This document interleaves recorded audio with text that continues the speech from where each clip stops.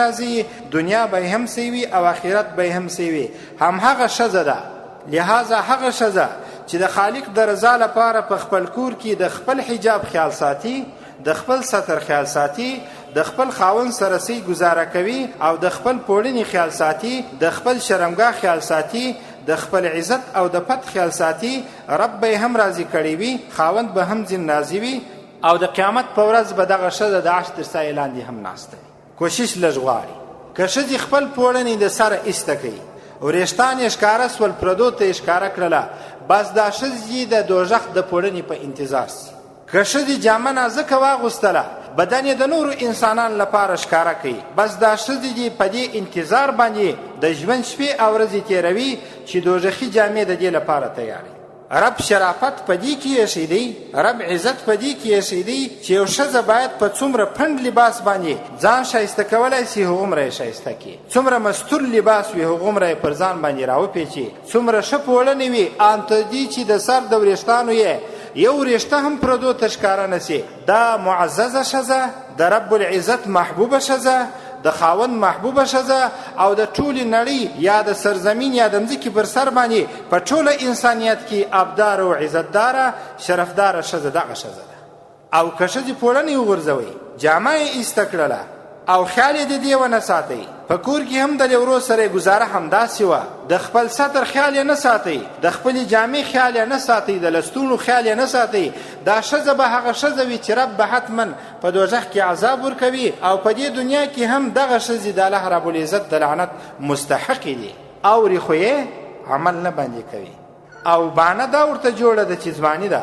تر کومه وخته فیشن صحابه کرامو ښځې همداسې وي. حضرت حفصه رضی الله عنها د عبدالرحمن لور وه. امام مالک رحم الله تعالی یو حدیث را نقل کړی دی په خپل کتاب موطأ کې، وایي دا راغله حضرت عایشې رضی الله عنها ته. حضرت عایشه رضی الله عنها مبارکه ناسته وه، د حضرت حفصې رضی الله عنها پوړنی په سر و باریک او نازک. حضرت عایشې رضی الله عنها ځینې واخیستې او پارچه پارچه ټوټه ټوټه یې کړي، وکستها او بیا یې وروسته د حفصې رضی الله عنها لپاره پنډ پوړنی جوړ کړي او پر سر یې ور واچوي.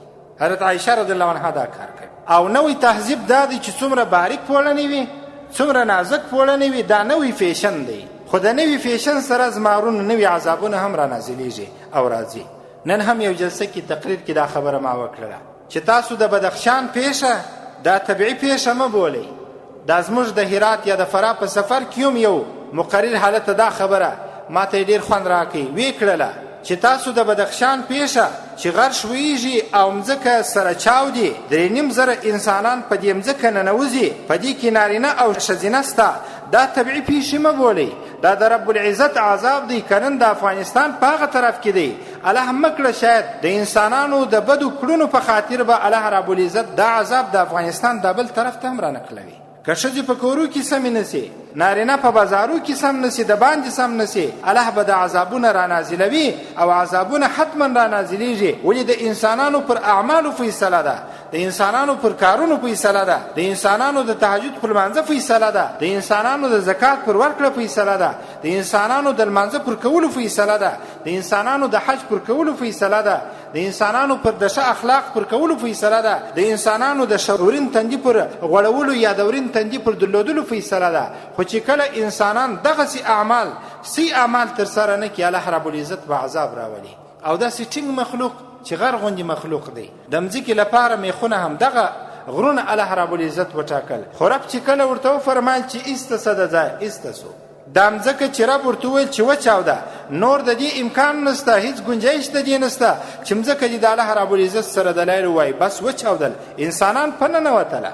یو حدیث شریف کې راځي الله فرمایي چې زما ورکړه هم خبره ده، زما عذاب هم خبره ده. چې کله چاته عذاب ورکوم عذاب ته وایم ورسه، عذاب ورځي، او چې کله چاته یو انعام او احسان باندې کومه د هغه ورته وایم دنیا ته وایم چې ورسه، هغه ورځي. زما ورکړه هم خبره ده او زما عذاب هم خبره ده. نو خبره مې زما ورونو دا کوله چې دا پیښه چې د افغانستان په ولایت کې راغله، په دې باندې انسانان غمزده او غمجن سي. او طبیعي پیښې دا نه دي چې رسنۍ اعلانوي وایي طبیعي پیښې وي. طبیعي پیښې تر کومه حده پورې زمارونو چې غرونه د ځای څخه وشورېږي او ځکې وچاودي او انسانان ننوځي، دا طبیعي پیښې دي او که د الله رب العزت عذابونه دي. نو که چیرې یو ښځه په کور کې خپل ځان او نارینه بیا د باندې خپل ځان سم کړي، الله رب العزت به عذابونه ځینې لرې کړي. الله دې زموږ د ټولنې څخه لرې.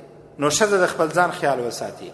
او الله رب العزت چې یو لعنت پر چا کوي هغه په مختلفو کارو باندې یو سبب لا د یو انسان کار جوړ شي د دې لپاره چې الله لعنت باندې وکړي. قرآن کریم کې ډېر داسې آیاتونه دي چې الله رب العزت پر انسانانو لعنت کړی دي. د دغه لعنت په باره کې چې کم آیاتونه دي د سورة نساء 51 او 52 نمبر آیاتونه دي. الم تر الی الذین اوتوا نصیبا من الكتاب، نبی د هغو خلکو په باره کې خبر نه، معلومات درته حاصل نه دی چې دوی ته د انجیل یوه حصه ورکول سوله. نصارا دي، د انجیل یوه حصه ورکول سول. د دوی کار څه دی؟ یؤمنون بالجبت والطاغوت، دوی پر بوتانو باندې ایمان راوړي، پر غلطو انسانانو باندې ایمان راوړي، پر ډبرو ایمان راوړي، باطلې او فاسدې رایې د ځان لپاره بهترین بولي او بل کم کار کوي. ویقولون للذین کفروا، خپلو اتباعو ته، خپلو پیرو انسانانو ته، خپلو ما تحت افرادو ته، در خپل لاس لاندې انسانانو ته څه وایي؟ ویقولون للذین کفروا هؤلاء اهدی من الذین آمنوا سبیلا.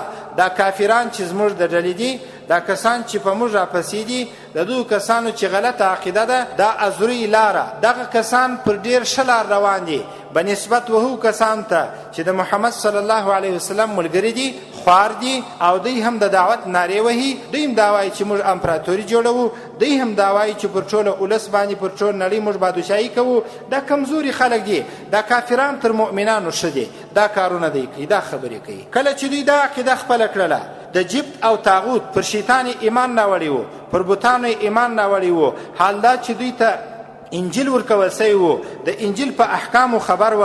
بله وینا یې دا وکړله چې زموږ ډله چې د کافرانو ډله ده دا بهتره او ښه ډله ده در هغې ډلې چې د محمد ډله ده، د مؤمنانو ډله ده صلی الله علیه وسلم. کله چې دا خبرې شروع کړلې او دا ویناوې شروع کړلې، مجلسونه یې د داسې خبرو سره ډک سوله، الله رب العزت اعلان ورته کوي اولئک الذین لعنهم الله. دا هغه کسان دي چې الله رب العزت وخت لا پر دوی باندې لعنت ویلی و. الله دې نجات راکړي.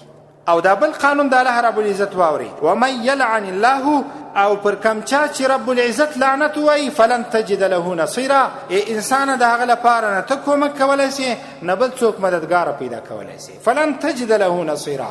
تاسو وګورئ زما ورونو، چا چې د دین سره ټانټې چلې، چا چې په دین باندې پسخندونه وهل، چا چې د ژړې سپکاوی کوي، چا چې د اسلامي لباس سپکاوی کوي، چا ته چې دا دین محترم نه و، چا چې د قرآن سره تعلق نه ساتي او قرآن ته یې په سپکه کتل. نن تاسو وګورئ زموږ او ستاسو په ملک کې په زرهاوو داسې انسانان سته چې کت نسي سازولی او په کورو کې ناست او اریان دي چې څه وکمه چې طالب باندې یې پسخند واهه، په قرآن باندې پسخند واهه، غریب او مسکین یې د کورو بغل دو په هغه باندې پسخند واهه، تر ځان یې کمزوري کس په پیسو کې لیدلی په هغه باندې پسخند واهه. نن لاس تر زنه ناست وي، ویشو اخ کوي، لاسونه سره موږي